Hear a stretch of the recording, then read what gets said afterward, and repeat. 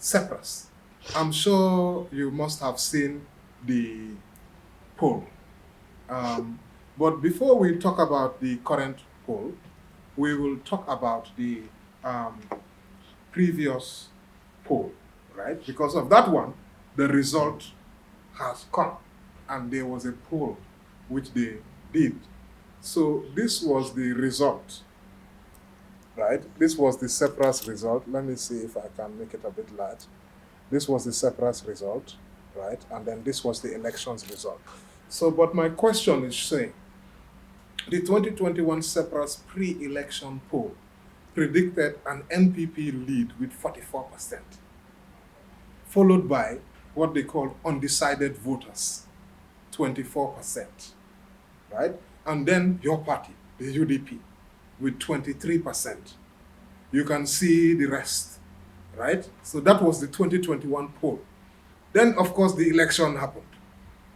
The final election result, you can see that one, I put it at the bottom. Yeah. And I know you probably know it offhand. Yeah. I'm not going to Yeah. bother, but Yeah. just for the viewers, the final election result, NPP had 53%, Yeah. more than the 44% predicted. Yeah.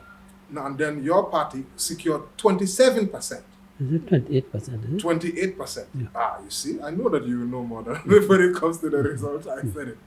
So, like, you can see 24 to 28% from the predictions. How do you see it? Looking at this too now, we're not talking about the new poll, but what CEPRASS predicted in 2021 and what the election results panned out to be. How do you see these two, given that, you know, to some extent, they are not too far off? Yeah. Yes, certainly, in a country like the Gambia, where people do not really interrogate conclusions, they take certain things as the gospel truth. So, any polls coming out too close to the elections can influence the voting, because the polls themselves are not the votes, but they can influence. They can influence the votes, you know. And indeed, we are really alive to history that before this poll was taken, the NPP quotas, they said they are sure of victory, and they had even stated that what the margin would be. Yeah. And followed by that, because we know what we have done. So this prediction, was it predicting the position of the actual Gambian voter, the eligible Gambian voters, or was it just predicting based on any voters?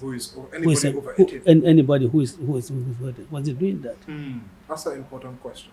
Yeah. Whether everybody that was polled was a voter registered person with a voter's card. No, Is that what you mean? not only that. What is a person who was eligible, Like a Gambian.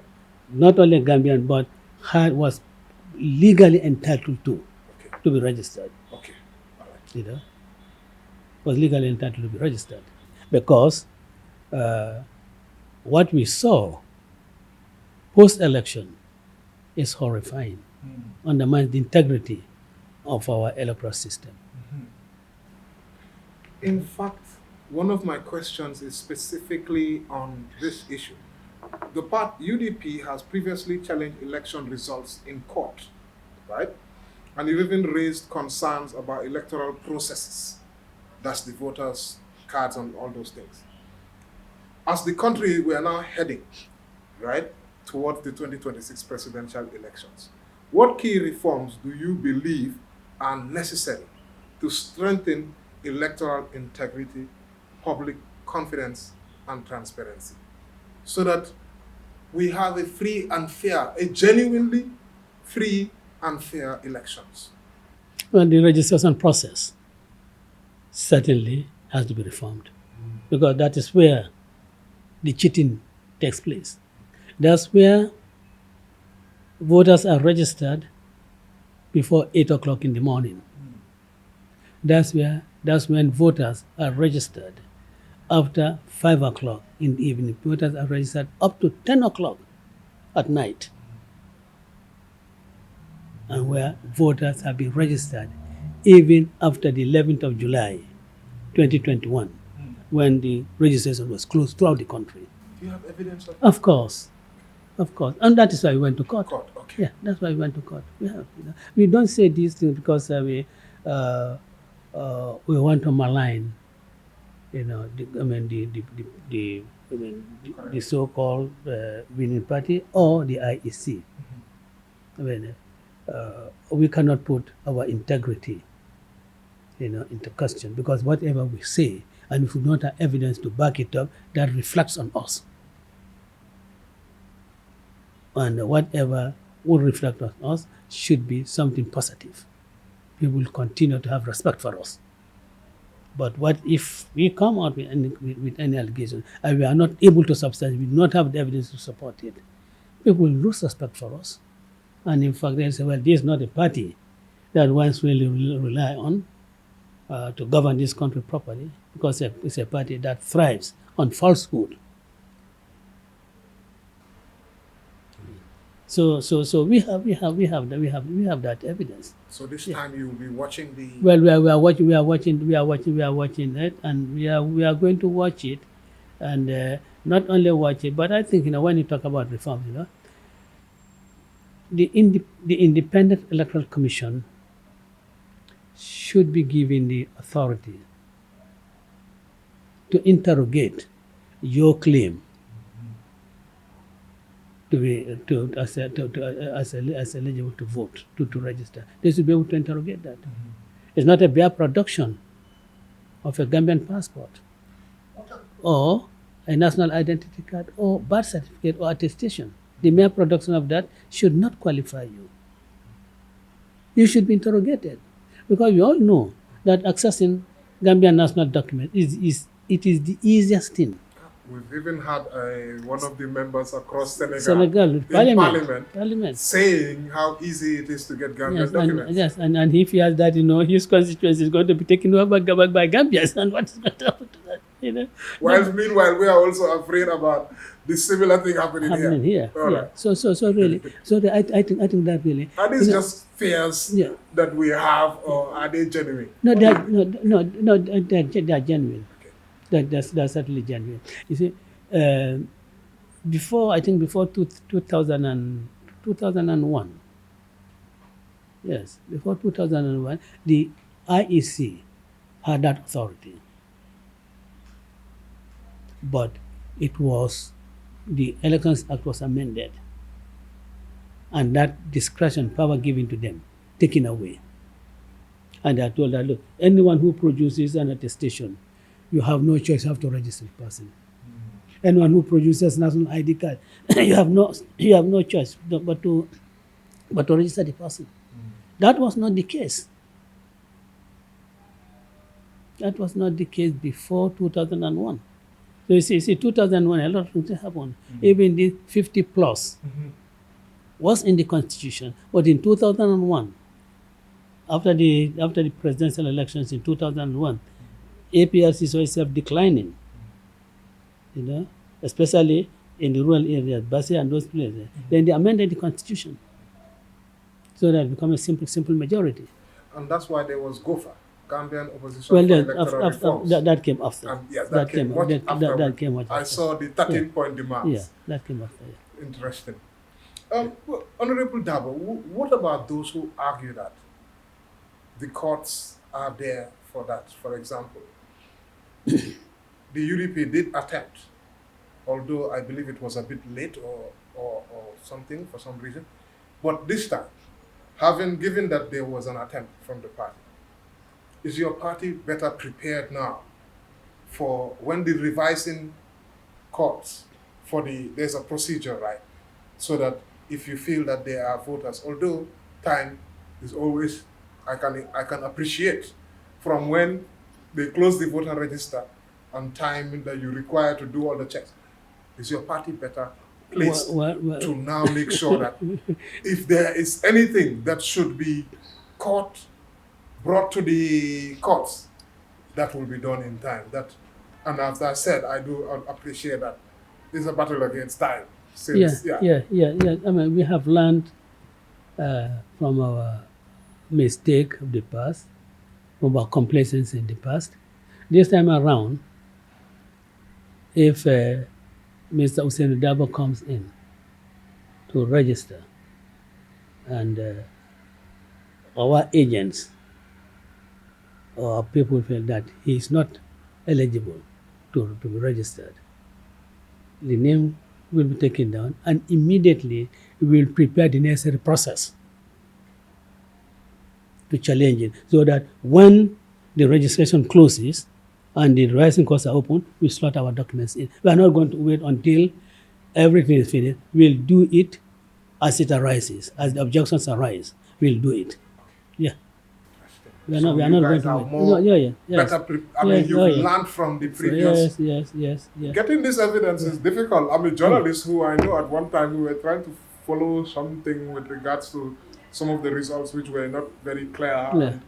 I know it's a whole, Yeah. it's a maze Yeah. to figure it out. But so what is not possible Yes, sir.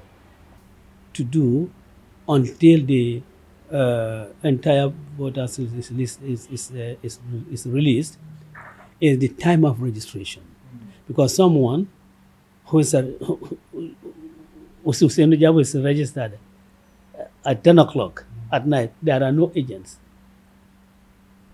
It will be difficult, if it's impossible. The systems, I thought that the systems should be getting those things as soon as you register, the time which is registered. In fact, your serial number, it coincides with your time and the time of registration for the voter's card. That's what is in there. This is why if you had gone to court, if they had allowed us to go to court, we produce all those things, you will see that. As a journalist, that would be a very interesting day for me to court. You'll see that. You'll see that. Yeah. You'll see that. In fact, I'll oblige you to give you a few samples, of those who are registered post after the close of the event. I'll give you the names. You'll see them. Your party, the UDP, played a central role in propelling the current president, Adama Barrow, right, as the coalition 2016 presidential candidate. We've seen, of course, many promised reforms, such as a new constitution has not been delivered, full implementation of the Janneh Commission recommendations, that also has not been implemented. We've even seen individuals who are indicted by the Janneh Commission removed. Some of them are now working in government, in the highest places in government, right? And of course, security sector reforms. We still have economic here. Looking back, what do you think went wrong with the government? How did the government get derailed, right? And how do we get back on track, sir? Well, how do we get back on track? Yes, sir. You were with them at the beginning for the first two years or so. How do we get back on track? Yes, sir. Elect a UDP government and then we are back on track. Right. Yeah. But really, there is no contestation that Adama Barrow was part of the UDP, and he was, at the time of the convention, the selected flag bearer of UDP. There's no contestation about that. Now, his selection as the flag bearer of the coalition was not done by UDP alone. Indeed. Yes. It was a decision by UDP and other political parties who felt that he was the right person to lead the coalition, that he would be the person under whose watch and guidance the coalition agenda would be implemented. Because, Mark, all these things about a new constitution, UDP had been talking about it, but then all these things, came out as the coalition agenda. To be fair to UDP, they did vote in favor of the constitution. Yeah. In the first round. Yes. Because we are passionate about it. Because for the heavy-handedness of Jammeh, found support in the constitution. The constitution gave him powers, virtually unbridled powers, to do what he wants to do. So that constitution to be thrown away and a more progressive and citizenship-friendly constitution in place, we advocated for. And that's what we are advocating for. To get such obnoxious laws like the Public Order Act away, the law on sedition, on all these things, I think that UDP had been fighting for. Get proper electoral reforms, not just cosmetic, changes here and there. I mean, this was law standing, went out. So these were very central to our, to our reform agenda. Just on electoral reform, there's a new law. How do you see that? Because obviously the government will say, Darboe, you're talking about electoral reform. We actually have a new electoral act. But the new electoral act is addressing some very key areas. Is it properly addressing treating during election campaigns? Your view is not. It may be, the law might be there against it, but then does IEC have the moral fiber to really implement them? Well, I have alluded to the issue of claimants for registration. Come with an ID card, nobody questions you. You are registered. Come with an attestation. Nobody interrogates you, and you are registered. How can you imagine that the Alcalo of Latrikunda knows everybody in Latrikunda, knows that these are people who are bona fide citizens of Gambia and are born in Latrikunda here? I mean, it's not possible for him to know. Chiefs. How can the chief of Upper Flado attest to the Gambian citizenship of everyone in Upper Flado? He cannot. At best would be the village in where he resides. So therefore, IEC should have the power and authority to interrogate those claimants who come with attestations. Now, those are weaknesses, in our electoral process. And in fact, they expose the integrity of our whole electoral process to question. It exposes them to question. I just have something that came in my mind. What about my party's claim with regards to that the process to vote in Adama Barrow for the flag bearer for the coalition was rigged by the UDP? I don't know if you remember hearing some of the claims that he did come out with. Very strong claims that the whole process was rigged in favor for the UDP to get Adama Barrow as the flag bearer for the coalition. I think he should be asked how it was rigged. Let me just make one thing clear. Yes, that when that process was going on, I was behind bars. Definitely, I couldn't attest to what actually happened. Okay. But then my question is that did he explain how it was rigged? And certainly, if it was rigged, why did he accept appointment to in the first place as a cabinet minister? Because it is the process that led Barrow to that position. If it was not a process that is politically serene, it was legitimate, you should refuse the appointment because he's got there. Yes. One of the allegations was that some of the other parties who were part of the coalition did not have delegates. So, but the UDP had a lot of people around who fed into those parties as delegates for those parties, thereby voting for. Those are, as I said, allegations. That well, as I say, I'm not here. I do not know what that happened. But assuming that was correct, then those political parties have no right being called a political party. If you cannot get 70 people at present. to represent you as delegates, they have no business being called a political party in this country. Yeah.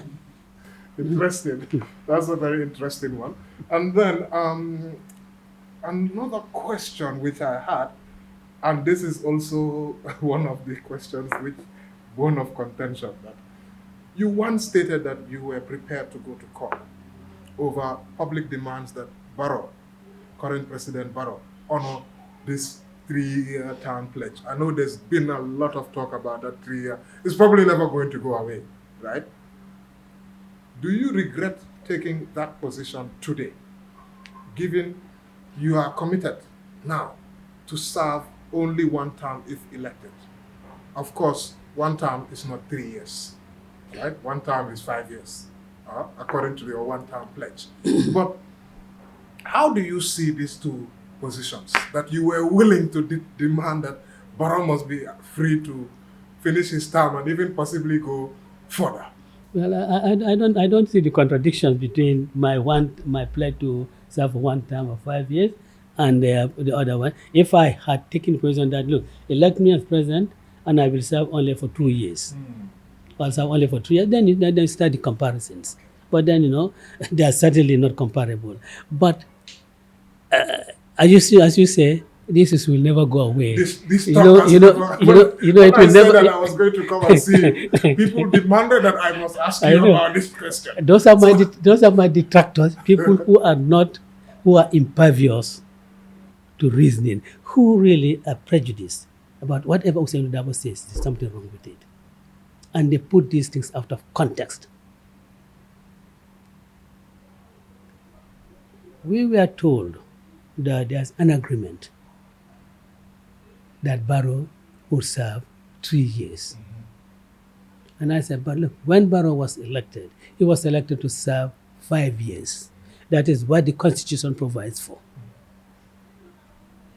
So, for you to say there's an agreement that says Barrow would serve to 3 years and you want to insist on that agreement, produce the agreement. And if you give me that agreement, I'm willing to go to court to test the constitutionality of that agreement. And I do not regret saying that. In fact, as a senior lawyer, the time I was saying it, I was the deputy doyen to the bar, in the bar, next to Surahata, and I'm still next to Surahata. And an experienced lawyer, one who has done some little reading on constitutional law, I stated what the law says. And if anybody holds that against me, you are not being fair, you are just being prejudiced. You do not have any valid arguments against what I'm saying, whether logical or otherwise. And if you are to take the logics of it, within 3 years, was it possible to carry out a comprehensive voter registration in this country? Within that 3 years, was it possible for you to take up a comprehensive reform of the Constitution? Because these two are key. Because in fact, They are key. Some of the things people say is, why couldn't it have been that within that 3 years, we go for specific changes But that to was be able not. to effect? What was that? Was that what was presented to the Gambian people? That wasn't what was in the agreement. Although No. I said their manifesto. the money. Okay. Their manifesto, I think they said that we'll bring a new constitution. Yes, That's very what they true. said. Yes, sir. That is what they said. But let us assume that you can have this surgical amendment of the Constitution.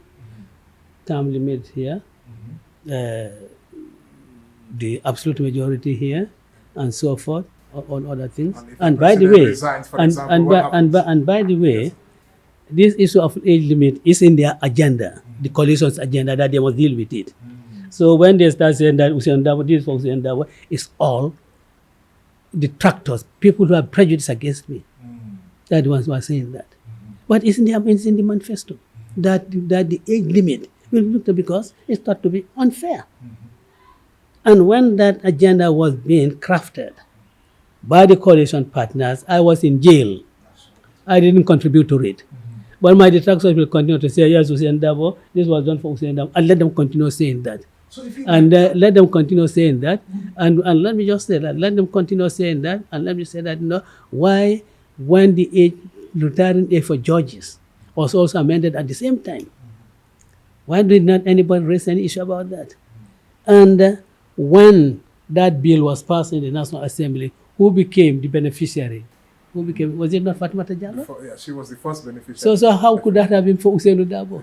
Well, it's of those people who never like Ousainu Darboe and will never like Ousainu Darboe will continue peddling these illogical, incoherent arguments.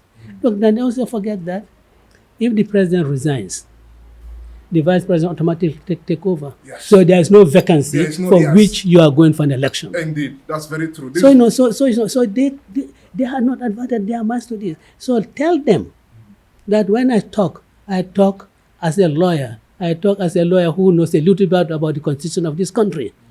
I wasn't doing it to favor Adama Barrow. I was doing it to favor the constitution of this country. That people who want to have a proper constitution in the country must start obeying and falling behind that constitution, accepting the text of that constitution to be dictated, to be governed by that constitution, not by their own wishes, which are constitutionally unattainable. If Adama Barrow had resigned after 3 years, he would just, the vice president automatically takes over. And that would have been you. No. If everything had continued. No. Yes. No. If everything had stayed the same at the point before and you continued, you were in the government, and then the president was the president whilst you are there and then he resigned within the 3 years, that would have been you. It would have been me. Yes, but the 3 years judge now, I think yes, the 3 years judge now. 3 years judge now. I had left government. Yeah. I had by left that government. time, by the 3 years judge, yes, you had. But I had left government. It would have been Issa Toure. Yeah. Issa Toure would have been the president. Yes. Issa Toure would have been the president. Okay. So really, I hope my detractors will listen to this and hopefully I've tried to give them as much space. We are towards the end right now of this interview, of which you've actually CEPRASS. We're coming back now. We looked at it historically. Now there's nothing for me to compare the CEPRASS results with. All what we have is what they have done their polls on, right? And you can see the results are here. This is the result. The current results. That's the one. Yeah. And this one is actually saying the latest 2026 CEPRASS pre-election poll shows similar trends, very similar, with the NPP projected at 46%, right? And the UDP, they are now showing them as 20%, right? So, in fact, if you compare it to 2021, it's saying that from 44 to 46, NPP has gained 2%, according to the CEPRASS poll. Then, from UDP was on what? 23%. And now they are saying UDP is on what? 20%. They are saying that 3% UDP has dropped points. Now, do you find some of these results useful for strategy and reflection as a party? Or do you share the concerns raised by other parties? Because, as you've heard, GDC has rejected the CEPRASS poll. But I've seen a statement from UDP about the poll, but I just thought I would... You see, UDP has never dismissed these polls, and we will not be dismissive of them. What it does for us is to put us on guard, that we must double our efforts, that we must interrogate ourselves and see where there should be improvement. One thing for me is clear, is the sampling, the demographic that is sampled. The sample size. I mean matters a lot. Yes. You go to West Coast region and do, real sampling. And do real sampling. Look, between the holding of local government elections and now, the party couldn't have dropped so much. Because I'm talking of local government elections because the National Assembly elections took place before the local government elections. At both elections, UDP led. And if that was determining the presidential election, we would have been State House. Would the NPP we had the popular vote. Oh, you mean in the local government? Both local government parliamentary elections, we had the popular votes.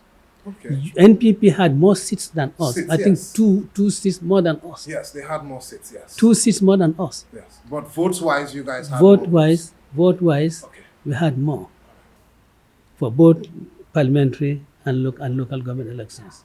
And I do not know, how, the party could have dropped so drastically. And these are really the areas where the political power lies, KMC and West Coast region. But we are not going to be complacent. We take the CEPRASS survey results, as propelling us, or at least urging us to really do more. And we are going to do more. But we must also accept the fact that, sometimes the polls can be misleading. Of course. We've seen it in America, even where they are more advanced pollsters, can see Hillary Clinton and Trump. And what happened? What happened? Yeah. Even Harris and Clinton and Harris and Trump, they were virtually neck and neck. But when the results went, it was something completely different.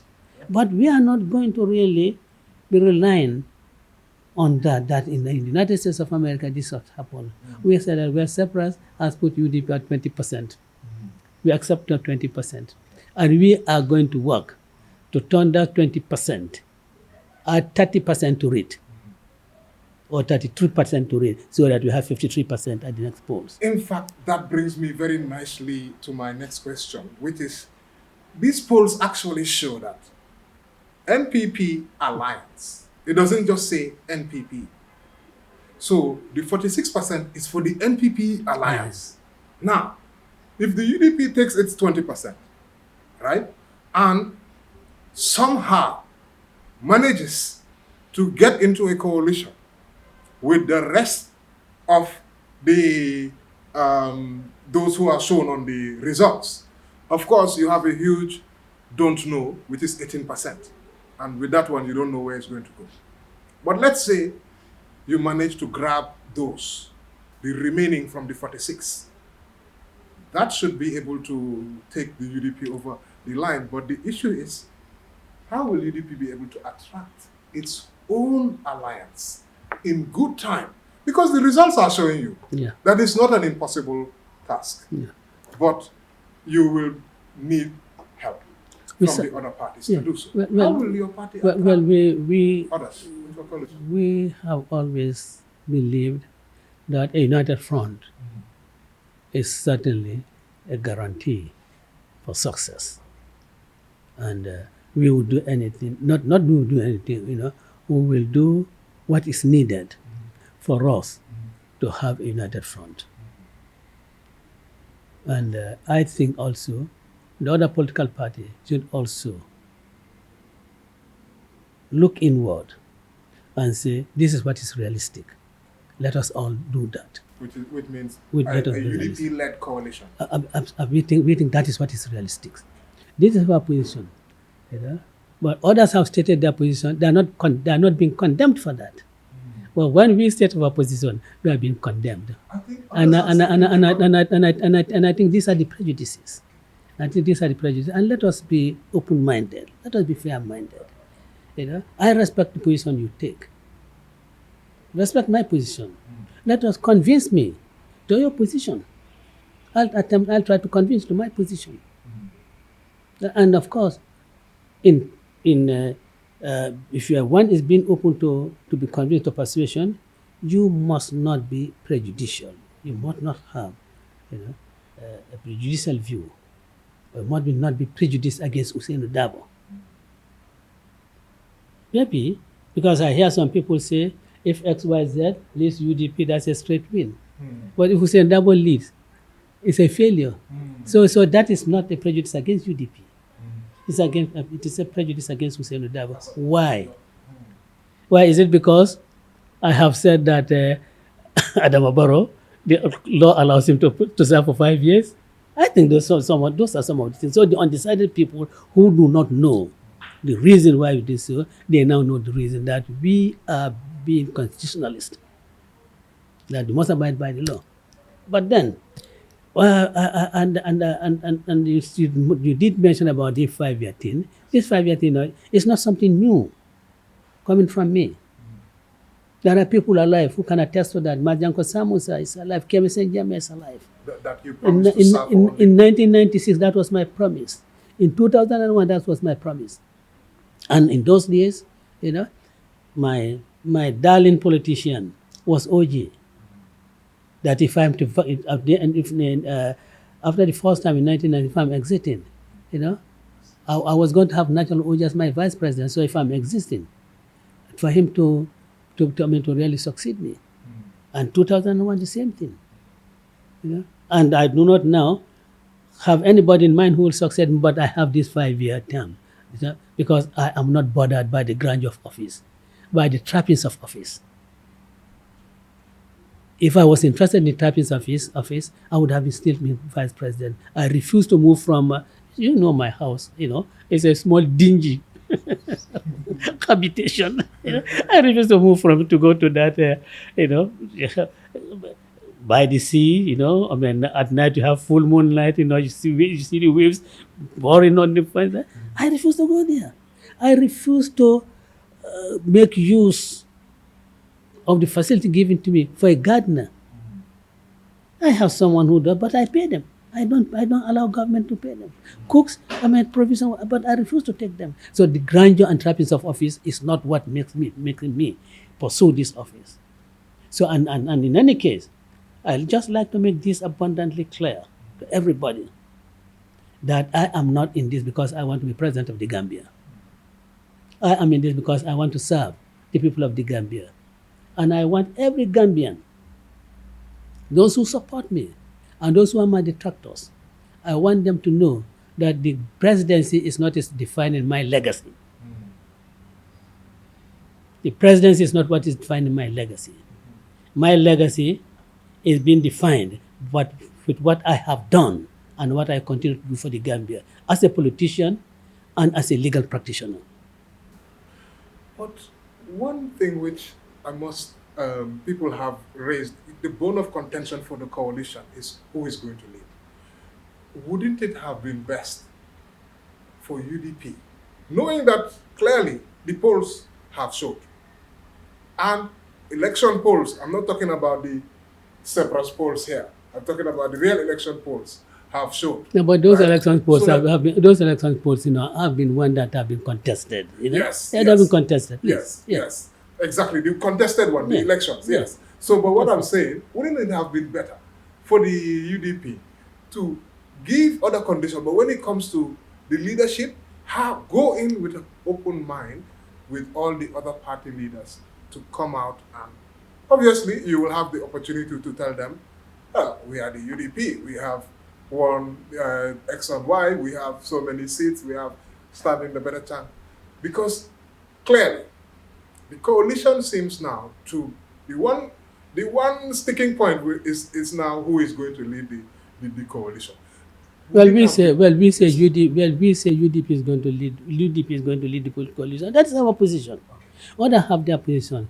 Convince me why UDP should not lead the coalition. No, honestly, convince me why UDP should not lead the coalition. If you convince me that UDP should not lead the coalition, then naturally UDP's flag bearer will not be leading the coalition.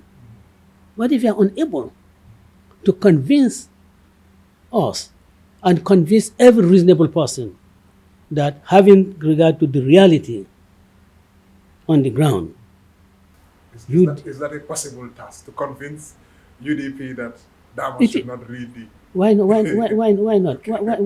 Why not? You know, we have always stated that, you know, UDP, every person in UDP, you know, certainly qualifies to be the flag bearer of the UDP.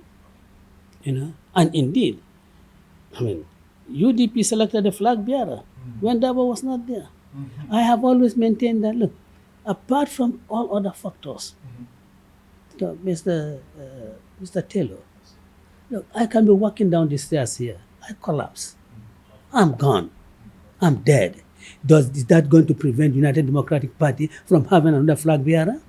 It will have another flag bearer, and UDP will insist that, look, we produce, we are going to lead the coalition whether it's Ousainu Darboe or any other person, but we are saying that UDP. Yeah. I want to send you back. Yes. I want you to look at this picture and look at this gentleman. Huh? Look at this gentleman. I want you to look at this gentleman. This was some years back, right? Yes. Now finally we are at the end. You have led the UDP since its inception. Yeah. And remain one of the most enduring figures in Gambian politics. That is without a doubt. If you could whisper a word of advice to this young man, your younger self, entering politics, what would you tell him? Never betray your principles. That's what I'll tell. Never betray your principles. Thank you very much. And what legacy do you ultimately hope to leave in Gambian politics? What's the legacy that Ousainu Darboe intends to leave? Selflessness. Selflessness. And that is why I said that presidency is not going to define my legacy.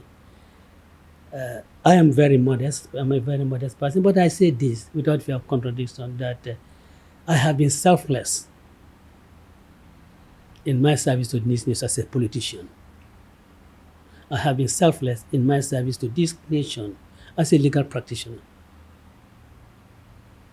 Doing for the weak, for the underprivileged, for the poor,